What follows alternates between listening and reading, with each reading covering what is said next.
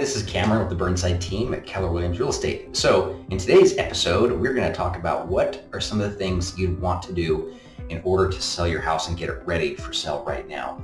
Because the market's been shifting, because interest rates have been going up higher and prices have been coming down, we're seeing more inventory, and so you really do need to do things that are going to put you head and shoulders above the competition to get the most money and to get your house sold. So today I want to talk about 3 different points. These won't be comprehensive or exhaustive in any shape or form, but they're really good ways to start going down that road of getting ready to get your house up on the market. So the first thing we're going to talk about are the 3 Ds when it comes to staging a house. And those are declutter, depersonalize, and deep clean. So declutter, one of the biggest things I hear from people is that when you go into a house, it feels small, it's harder to move around, and so I would recommend people to declutter as much as they can. You're going to be moving anyway, so you might as well start boxing things up, getting rid of furniture that's in the way of pathways, taking things out of closets, linen closets, pantries. Just get rid of as much stuff as you possibly can. Donate it, throw it away, give it to other people. That's a really, really important piece. Deep cleaning. Deep cleaning is big because when you go into a house and you see certain things that are dirty, like the bathrooms or the furnace rooms or the tracks in the windows, buyers start to think that maybe you don't take care of other parts of the house. So a good deep cleaning will go a really, really long way. You can hire that out. We have great referrals if you need somebody for a professional cleaning service or to do it yourself, but that's time that's really, really well spent. And then the last thing is to depersonalize. Now, I have to be careful when I talk about this because I'm not a proponent of taking everything down, whether it's a picture of yourself or your family. I just say use it in moderation. What I mean by that is I think if you have a couple of pictures of a family and they're tastefully done, they're recent, they don't look really outdated, I think that can actually be a positive thing. If you do go into a house though and you see a collage on the wall of just picture after picture after picture and looks very, very busy, that's something that I would say you'd want to tone back down a little bit.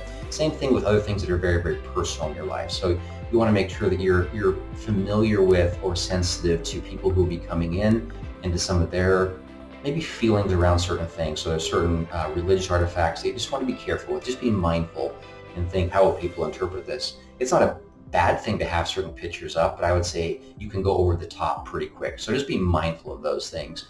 And I've had a lot of clients who ask me, what do I think? And I'll say in some cases, tone it down. In other cases, I'll say, no, I think you look good. And I think it's tastefully done. So just keep those in mind. So that's the first thing. The second thing is to hire a professional photographer. I cannot tell you how many times I've gone onto multiple listing service and looked at photos, and the photos that people will take of their house are atrocious. They will take it with their iPhone. They'll have a photographer come in that doesn't know what he or she is doing. And that will hurt you so bad because when buyers are looking through, in a lot of cases, because you now have more competition, you don't have as much time or margin of error for people to look at your house. So hiring a professional photographer is enormously important when it comes to showcasing your house, making sure the angles are correct, making sure that you're seeing the pictures of the things that you need to see in order to sell the house. So get somebody professional. Don't do it on your own. And the last part, as I would say, is consider the emotions of the situation. And what I mean by that is that when a buyer walks into a house, there's certain things, there's emotions that we want him or her to feel. And that can revolve around, say, temperature, smell, overall feel. So I tell people, make sure you're not too hot, make sure you're not too cold, you're a nice even temperature that way. Smells are a big thing, so making sure that the kitty litter box is outside in the garage, making sure that the garbage is thrown away, and make sure that there are not dishes in the sink that maybe you're smelling bad, making sure that laundry is not in the way, because that's a very sensitive thing to buyers. Making sure there's lots of good natural light, so it can really go a long way to get those windows professionally clean. Make sure all your light bulbs are the bright light bulbs that turn on and don't have to warm up. Making sure that you're keeping your curtains drawn or your blinds up so that people come in, they see all the light. So there's a lot of little things when it comes to emotions that you can play to make sure people have just a good feeling. Hard to articulate, but it's a good feeling when they walk in the door. So those are just a couple of things I wanted to share in today's video.